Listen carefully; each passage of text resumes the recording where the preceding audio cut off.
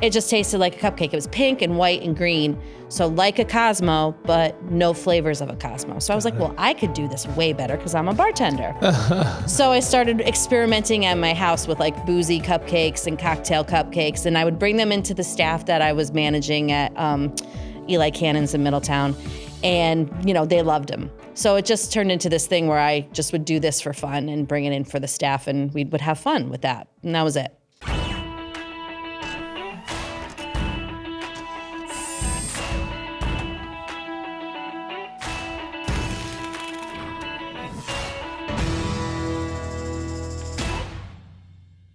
Just a quick reminder for you to like, subscribe, and rate this podcast so we can get your feedback and know how to make it better. Hey, it's Ari. Welcome to another episode of the Made in America podcast. I am really excited to have Carrie Carella on from NoRA Cupcake in Middletown, Connecticut. Carrie, thank you so much for coming on today. Thank you so much for having me. Well, listen, it's the Made in America podcast, Carrie. So we always start off with the same two questions. I'm ready. What do you make? Cupcakes. And why do you make it? They're delicious. No. Yes, those are actually perfectly good answers. Move on. Yeah. Cupcakes, eclectic. We try to use as many local ingredients as possible. Big, creative, showy, elaborate cupcakes. And we make them because they are delicious. People love them. Everyone wants a cupcake. Doesn't matter your age, gender. It doesn't matter. Everyone wants one. Cupcakes are ubiquitous, loved by all. Loved by all. Yeah, and they're like, they feel like the right amount of cake. You know what I mean? Like you don't want to eat a whole cake, feel a little guilty about that, but a whole cupcake, that's the right amount of. It's like a trip to the spa, not like Disney World. Like it's like a staycation, like for that moment of like, I need something today to make me feel good. Right, there you go. So listen, I think a lot of folks probably know about NoRA, and we'll talk about that and sort of your pop-up experience and sort of how we got here and the background and what is NoRA, what does it stand for, and all that stuff. But before we get into that, kind of give us the background. You know, where did this come from? How did this get started? You know, have you always dreamed of baking? Like what happened? I was always a baker. My dad taught me how to bake. In like fourth grade, I entered like the agricultural fair, won a blue ribbon, went to the state champions, came in third, but it wasn't my fault. My father bought the wrong ingredient. So anyway, but years of that torture. We're over that? We're over it now, okay, yeah. Right. So I always just baked as a hobby, something cathartic for me to like feel good and just sort of get lost in creatively. And one day I was in New York City and stumbled into a Crumbs bakery, which is cupcakes. And they're, again, beautiful, showy, gorgeous. Their names are clever. Everything about them is like show-stopping. So, of course, I bought like a dozen to bring home and, you know, dissect. And as I was eating them, I was like, they all kind of taste the same. They're good, but they have different names and different colors and different variations, but the name isn't indicative of the flavoring. So, for example, they had like a cosmopolitan cupcake. So I expected it to taste like a cosmopolitan cocktail, which it did not. It just tastes like a cupcake. It just tasted like a cupcake. It was pink and white and green. So like a Cosmo, but no flavors of a Cosmo. So I was like, well, I could do this way better because I'm a bartender. So I started experimenting at my house with like boozy cupcakes and cocktail cupcakes. And I would bring them into the staff that I was managing at Eli Cannon's in Middletown. And, you know, they loved them. So it just turned into this thing where I just would do this for fun and bring it in for the staff, and we would have fun with that. And that was it.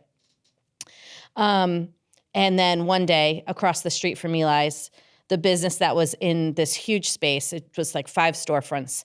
They went out of business. They left like kind of in the middle of the night. So the next day there was these signs in the windows that was like $9.95 a month for, you know, for a lease. And my boss at Eli's was like, that you will never find that type of rent. That's cheap Main Street frontage rent. You should take a look. And I was like, well, what would I do? And he's like, your cupcake thing. And I was like, but who will run this place? He's like, you will. You'll do both. And I was like, okay, let's take a look. So he and I both went to take a look. And he said to me, he goes, if you partner with me and you don't open a restaurant across the street from me and you do the cupcake thing, you could do that during the day. And you could run this place at night, but we can, you know, supplement with some staff. And I said, all right, yeah, this way it's like dipping my toe in the entrepreneurial pool, but not diving in deep. Right. So that's what we did. And so you just sort of got started. And I mean, so were you baking? So you were obviously initially baking them all yourself. Yes. So when you opened the store up, were you doing all the baking? I was doing I had a couple of friends like coming in to help me like clean up at night or come in and like wait on customers while I was baking. But for the most part, we didn't really have any staff. So after like the first month, my boss at Eliza and also my business partner at NoRA, not anymore, but at that time, he said to me, you have to replace yourself at Eli's. Like, we're starting to suffer because you're here more than you should be as a general manager of a restaurant. And you need help here. You can't, this is obviously a bigger thing than we thought. Like, we really thought it was just going to be like catering for events and parties and weddings, but we were open at that time 5 days a week. Now we're open 7 days a week. So And people are just like, it just seems a little bit, I would have thought the same thing, Yeah. like some catering, a little specialty, whatever. Yeah. But no, it's like people just come in all the time. Yes. Wow. Yep. For events, for parties, for things to pick up and bring to the office, but also just for themselves. Like coming home from work, had a rough day, gonna get a cupcake. Sure. And I can't go home with a cupcake and not bring some for the kids. So, it's turned into this thing. Right. So that's kind of by the middle of the first year, within 6 months, I had a staff of about like 4 or 5 people. No kidding. Yeah. And I had really pulled out of the restaurant. So was your kind of time at Eli's for all that time really helpful in transmitting kind of what you learned there and how to manage a bar? It was similar? Very similar. Besides the people skills of managing people, talking to customers, retail experience, all of that, I would say I learned how to be an entrepreneur from really having a mentor that was so creative, and you figure it out. Like, something's broken, you figure it out. You need something, you figure it out. Like, there's no handbook for this. You just have to figure it out. Mm-hmm. And I don't know how to explain it any other way than you get thrown into the shit, and then you have to figure it out. Mm-hmm. So problems come and you got to just figure it out. And there's no one behind you. You're it. Like, you're it. Everyone looks to you for the answers, right? You have to have them even if you don't have them. There's no one to call. There's no. So that was, and I worked for him for many, many years. So I think I learned a lot from him in that regard. I learned a lot from him with marketing, very guerrilla grassroots kind of marketing. He did flyers. He did, posters in the bathroom. This is before, the internet had a social media, a part to it. When I first applied for a job there, it was 1997. And I remember I was at the bar having a drink, and there was table flyers on the tables, and they had a website. And in 1997, to have this little tiny restaurant in Middletown have its own website, I was like, wow, they're ahead of the curve. Yeah. I was like, I was so blown away by that. Like, only Nike had websites, right? Right. So I just was so impressed by how creative he was with so many things. Eli's is like an institution, right? Yes. So, it's a thing.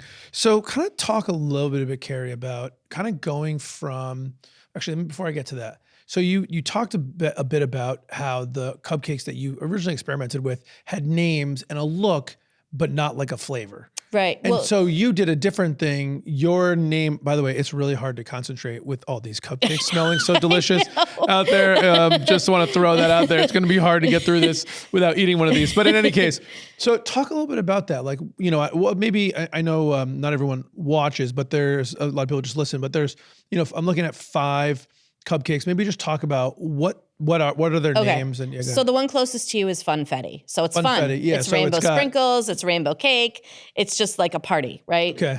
Gotcha. The next one is Ooey Gooey, and it's drippy and it's glamorous. It's got gold sugar and the caramel's oozing off the sides. Is that caramel at the top? Yes. Okay. Yeah. Yep. Yeah. I'm gonna eat that one later. Go okay. Yeah. The one in the middle is s'mores. Yep. Nice. So you can tell, right? It's like a little toasted marshmallow meringue on top, some chocolate buttercream, and then a graham cracker cake inside has a marshmallow filling. I want to eat that one too. Go ahead.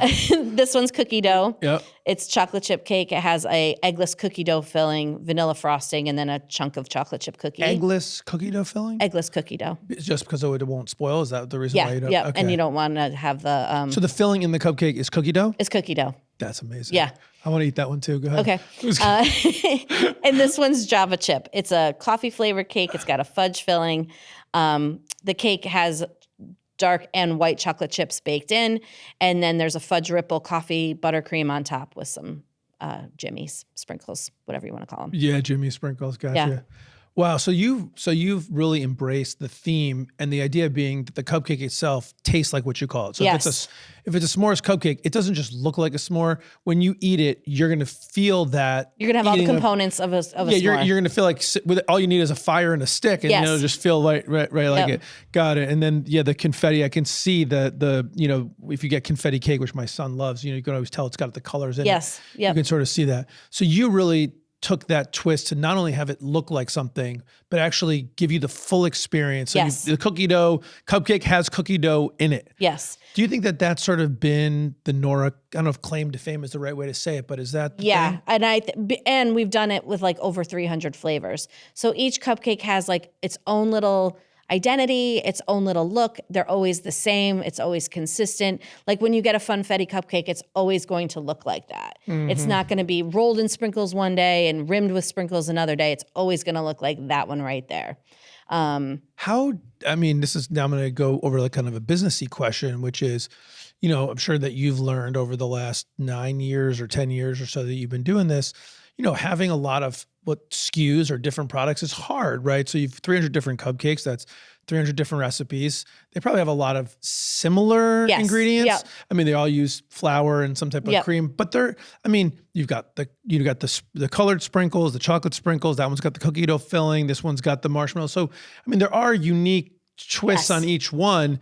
And then someone has to be able to make it and have it look the same. How on earth do you have quality control and manage all that across so many different SKUs? I've been very lucky to have one manager who's been with me through the entire growth process. So she was hired in 2013 and she's still my bakery director. And we have Bibles, we have photos, we have every recipe book, broken down into the most simplistic type of construction of these cupcakes so that 16-year-old's first job ever can come in and reference, okay, funfetti cupcake, rainbow chip vanilla cake. Okay, where's the rainbow chip vanilla cakes on the baking rack? Okay, this is what I'm working with today. Okay, fine. And now what's the filling? Marshmallow cream filling. Okay, so now we core all the cupcakes the same exact way. So we core the cupcakes, we fill the cupcakes. And then we top the cupcakes with the little core so we don't waste the little nubs of cake. Everyone always wants to know, what do you do with the nubs of cake? We put them back. That's what we do. Because when you cut it, it looks like it magically just came in there. Right. Like the center was just magically. I'm aware. Yeah. Yeah. So how did you learn, I know I'm bouncing around a little bit, but how did you learn sort of this mass production, technique? I mean, certainly you learned people management, you learned retail, and it sounds like some marketing and stuff through Eliza. And I am going to talk about your go-to-market and the pop-up stores you guys have had, because that's how I was introduced. But where did you learn sort of about mass production and understanding how to create these Bibles? Like, that's not something you get from a bar. No, it's not. A lot of Or from baking contests No. at a farm when you were a kid either, no, right? Yeah. no. Definitely a lot of trial and error, a lot of mistakes, Yeah. and then calling in help when I needed help. I'm good friends with the people that own Bear's Smokehouse, and they sort of had a very similar come up as I did around the same time. He was like smoking meat in his backyard, and then all of a sudden he's like, "Oh my God, I have like so much meat," right? So definitely taking a page out of their handbook of how to sort of streamline operations and get everyone on the same page. Communication obviously being key to that.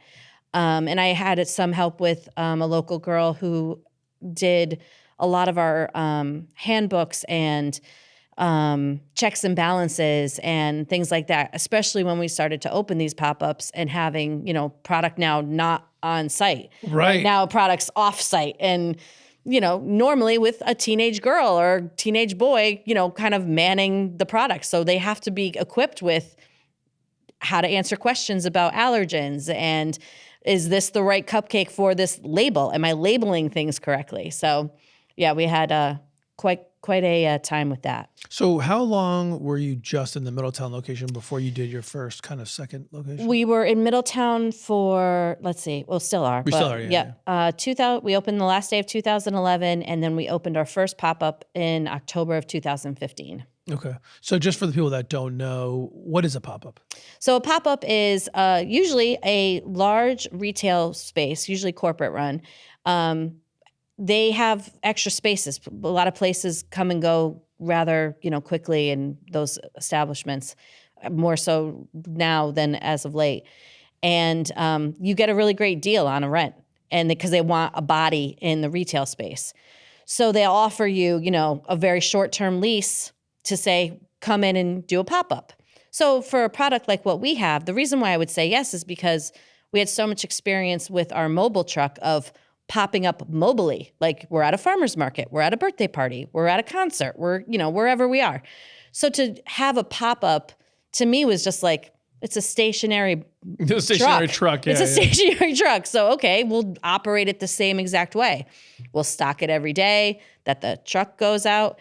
And the truck guy actually was the guy who handled it. And he was because was Blueback the first pop-up? Blueback was the first, second, third pop-up. I've done in Blueback 3 times. You did? Yeah, I've been in Blueback 3 times. Yeah. 3 different locations. Okay. And we also were at the shops at Farmington Valley. Okay. And also down in New London on Bank Street. Okay. Yeah. Yeah. So I was mentioning before, we live in West Hartford. So we had been walking in Blueback one time, and you could just smell the cupcakes, and it was right next to where I used to get my hair cut. Yes. And so it was like, oh, we should check that out. So I went home, picked up my wife and daughter, and went right back. Yep. I went in. And it's such a cute, it was just a kind of fun experience. I would say, if for people that hadn't been there before, to me, it felt like a coffee shop kind of vibe to it. In a very planned way, sort of like mismatched furniture. It didn't sort of feel like nothing against Dunkin' Donuts or anything, but it didn't sort of have that donut Hulk feel to it. It really felt like just a really relaxed sort of coffee shop. And I think we had coffee and cupcakes, and it was really cool. Thank you. Yeah, that was very intentional. Yep. It felt, maybe I didn't do a good job explaining it, but it certainly felt as a planned outcome to have it feel really homey. Yes. And we wanted it to look not exactly like the Middletown location, but you would know that they were related, right? Yeah. So that's how we kind of approached all of our pop-ups. And, kind of bring in the mobile truck with the black and the pink and the skulls and, all of that. So that's kind of. So talk a little about the mobile truck, because I actually didn't even know about it. Oh, that put us on the map for sure, because Middletown is definitely, a destination for food. But that's, as of recently, that's not something that's always been that way. Correct. And when what I have said many times is that I didn't realize that I was marketing and branding when we would go out with the cupcake truck. I was just trying to sell cupcakes. But in reality, I was marketing and branding with the cupcake truck because it was so eye-catching that it, even if it was just driving down the street, I get people tagging it on social media, not even buying from it. They would just tag it and be like, I'm following this truck, or one day I used to, cause I didn't have a garage in the very beginning, and I would just park it at my house. And one day at 4:00 in the morning, I had a woman just drive into my driveway and was like, you selling anything out of the truck? It's 4:00 in the morning. Get out of my yard. No, I'm not selling anything out of the truck.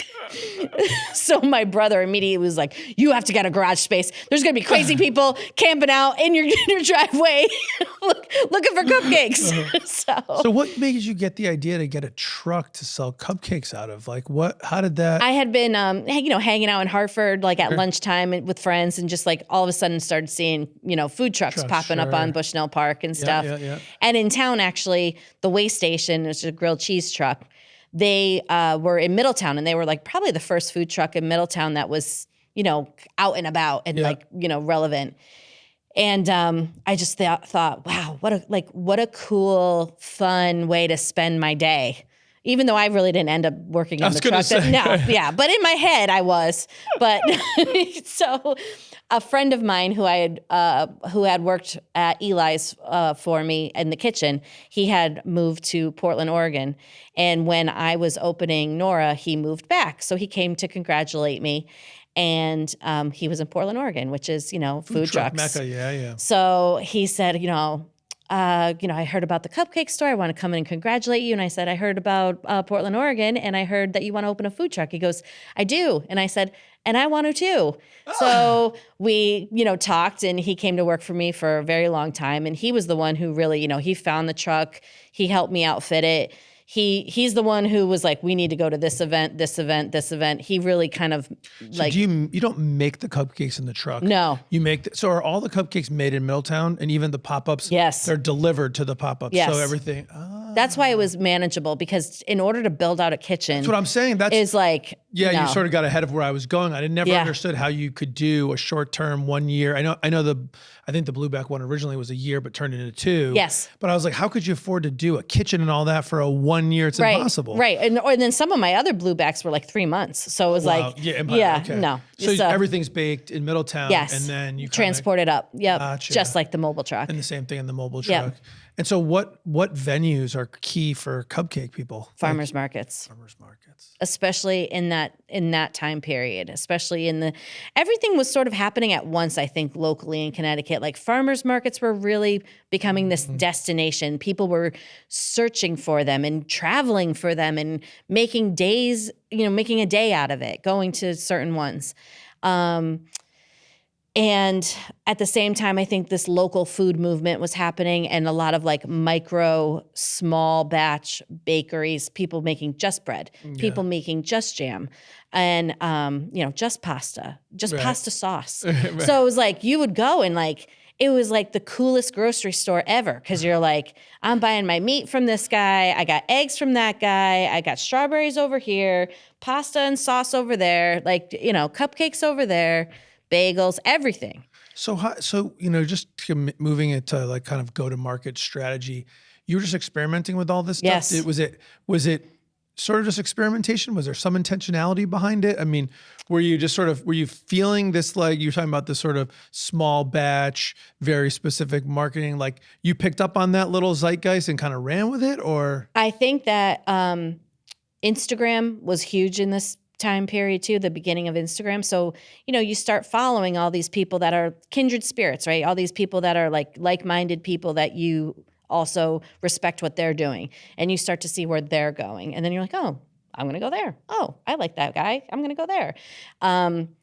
So I think there was a lot of unintentional intention. Like I wasn't really thinking about it from a marketing standpoint. I was thinking about it in, how am I going to have fun? How am I going to enjoy the next 26 Sundays when I've agreed to go to this farmer's market and I have to wake up at 7:00 in the morning and do this, right? So Right. I think there was a lot of that, and really just on the very beginning cusp of social media for businesses. So have you really embraced, because you started, so the iPhone's like 2007.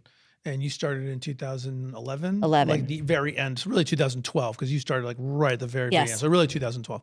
So 2012. So social media is like kind of taken off. Like Facebook's getting pretty big. Instagram comes out right behind that. So you really embraced that like technology to help kind of drive. Huge.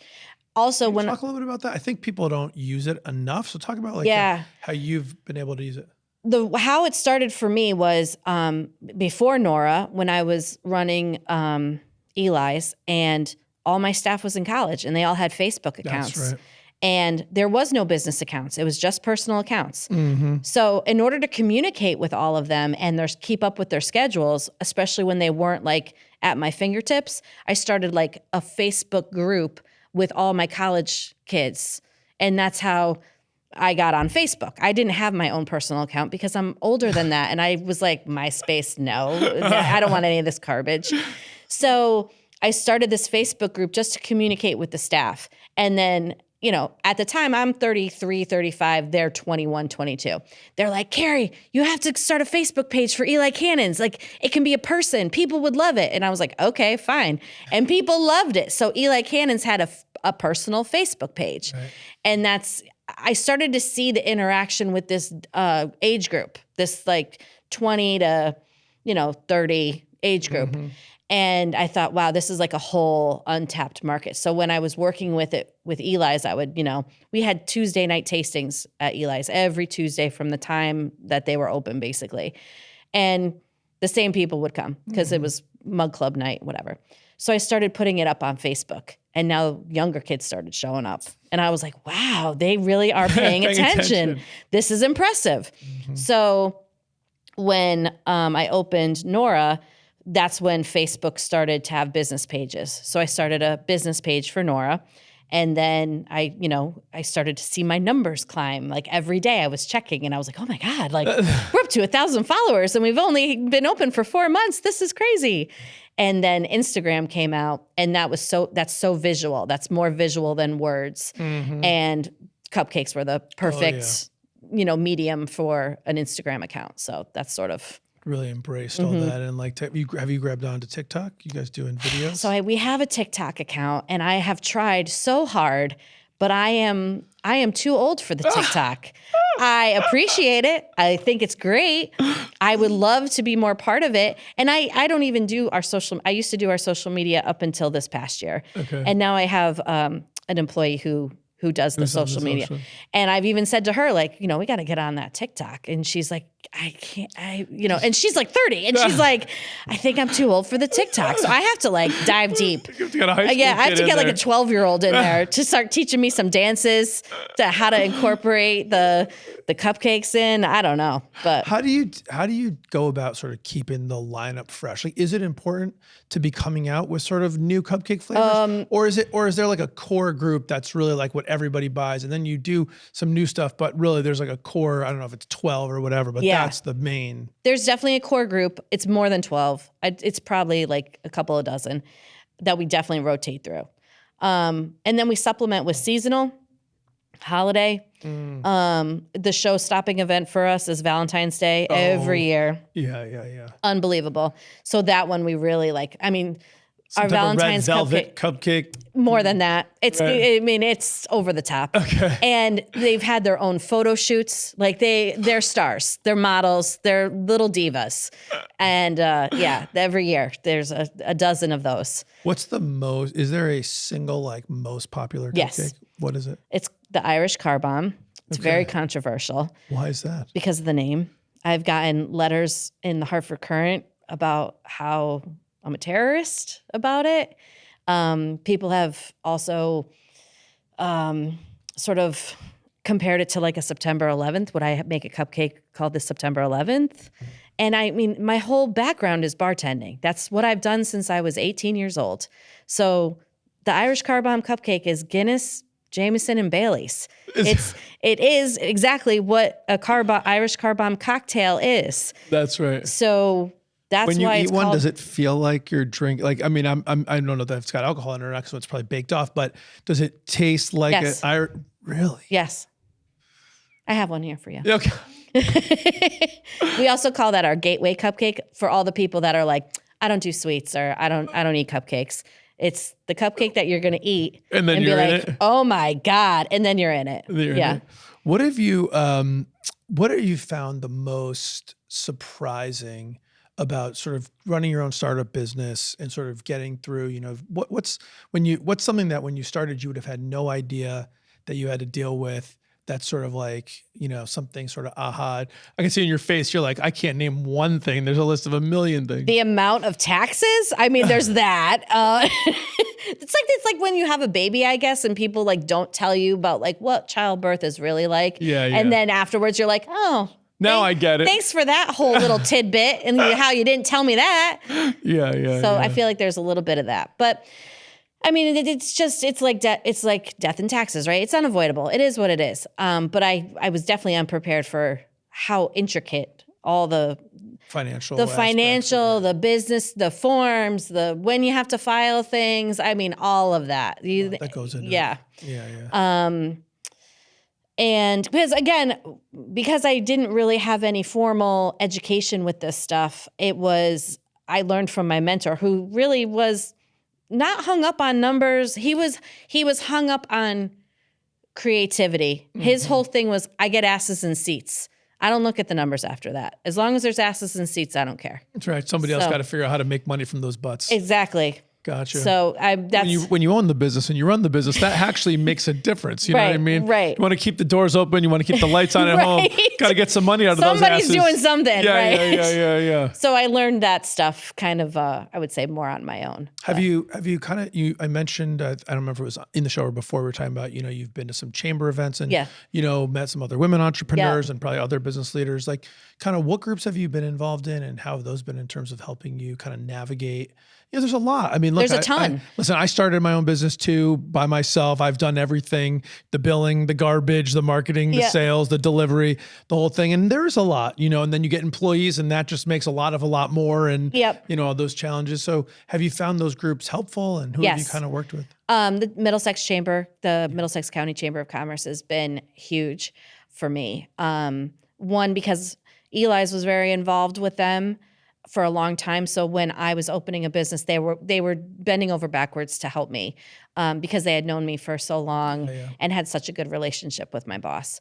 So that was a huge part. And we actually got loans through the Middlesex County Revitalization Committee. That's how I was able to open, other than just in my home kitchen. I was able to open like real brick and mortar storefront on a Main Street property. One, because the rent was good, but also because I was able to get reinvestment loans through Eli's, which was then passed on to me to build what I wanted to build. Right, because you had to build a kitchen. That's not inexpensive. Nope. Right.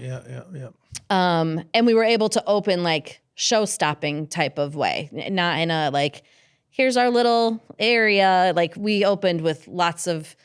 It was beautiful. It's beautiful. Middletown store is beautiful. So it was a nice open, and it's a beautiful store. So. Yeah. And so you had your main mentor. I presume you've had other people along the way that have like kind of helped make this thing happen. Yep. And do you feel like a sense of like wanting to give back? Are you out there sort of helping? Yes. So I've also in the Middletown community, when we opened, cupcakes are very synonymous with weddings. So we partnered with Connecticut Wedding Group, which runs the Pavilion on Crystal Lake, the Barns at Wesleyan Hills, Lyman Orchards Golf Course, and they brought us on as a package. And they really kind of brought me in, and the owner, Tom McDowell, really helped me with, not just catering, but, specifically wedding catering. And then when things would get difficult for me down the road in 2016, 17, he was there to like really give me some tough love and say, you can save money, but you could, like, if you go to the grocery store and you buy what you need, and if you save $5, that's $5 on your bottom line. Raising prices, you gotta still pay your staff. You gotta do this. You gotta do that. You're gonna not have as much money in your pocket if you raise prices as if you just get to work. Like, put your head down and get to work. And when we blew up with all these pop-ups and I overextended us. Is that what happened? Horrible. What happened? Just could not pay bills, could not pay staff. It was very, very difficult and almost went bankrupt. And had to, talk to all of my vendors, had to talk to the chamber, had to talk about how we could not make ends meet. And I just started to every day go to the bank, deposit what little we had to hopefully make sure nothing bounced. Right. And then whatever was left over, I would go to the store and buy what we needed to make that day. But there was no buying for the week. I had no money to buy for the week. I had to go every single day to the store for about a year and a half. What was the lesson out of that? Never overextend, and never think that just because one thing is successful, that the next will be too. My mistake was that Blueback was so successful for us financially that I thought, oh, if I do this here and then I do it there, then it won't be times 2, it'll be times 4. And it wasn't. It was a fail. They weren't as successful as Blueback in those locations. No.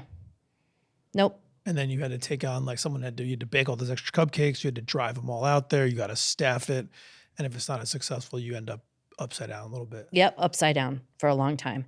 And in a lease that I had to break, and, very messy. Very, very messy. I luckily, thankfully, have a big brother who is an attorney. So that helps tremendously to get me out of situations sometimes. Yeah. Or to put me in better situations going forward. Yeah.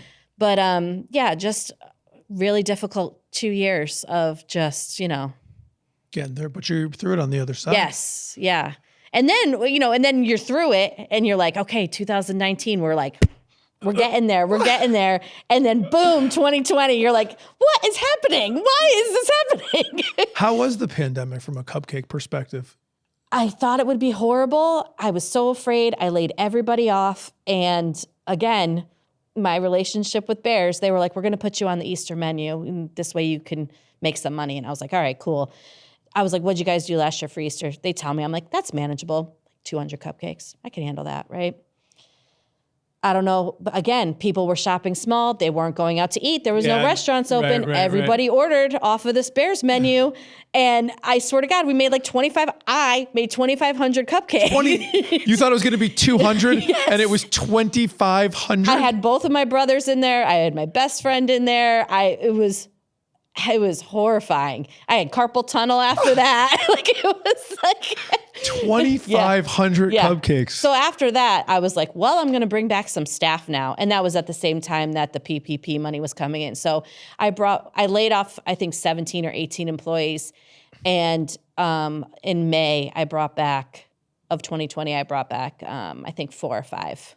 So you've been building back ever since. Yep. And so the stuff where you've been partnering with restaurants to kind of get the NoRA Cupcakes on the menu, that's been a more recent phenomenon, or you were already doing that beforehand? The first one we ever did, well, Eli's always carried us, but the first one that was like kind of outside of my box and outside of Middletown was Maggie McFly's. And they have 5, at the time they had 5 locations.